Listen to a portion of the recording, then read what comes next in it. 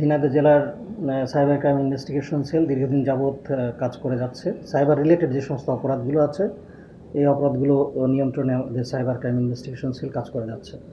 তারই অংশ হিসেবে আপনারা জানেন যে অনলাইন জুয়া একটি ইদানিং একটি সামাজিক ব্যাধিতে পরিণত হয়েছে। তো এই অনলাইন জুয়া বেশিরভাগ ক্ষেত্রেই দেশের বাইরে থেকে পরিচালিত হয় এবং দেশে এদের এজেন্ট বা সাব এজেন্টগুলো নিয়োগ করা হয়।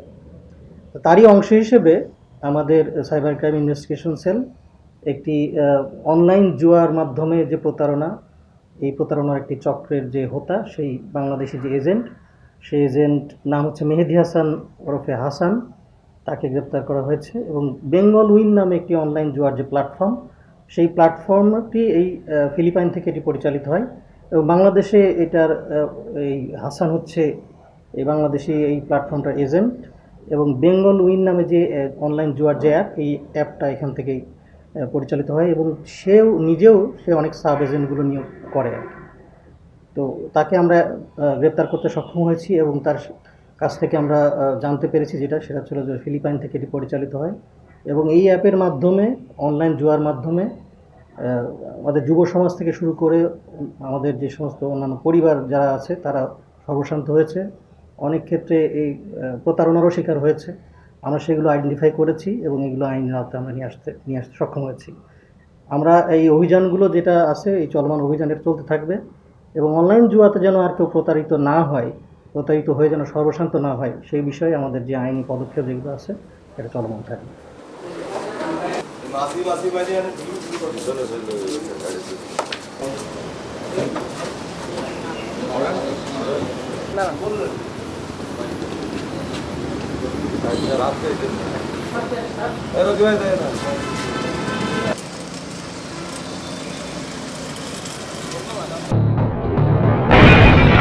সবাই যখন জোয়ারে গা ভাসায়, কেউ কেউ শির দাঁড়া সোজা করে ঘুরে দাঁড়ায়।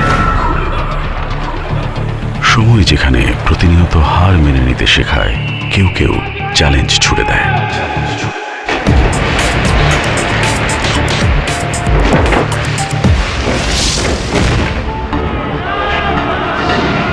পক্ষপাতের ভিড়ে আজ থেকে কোনো পক্ষ নয়, খবর হবে নিরপেক্ষ।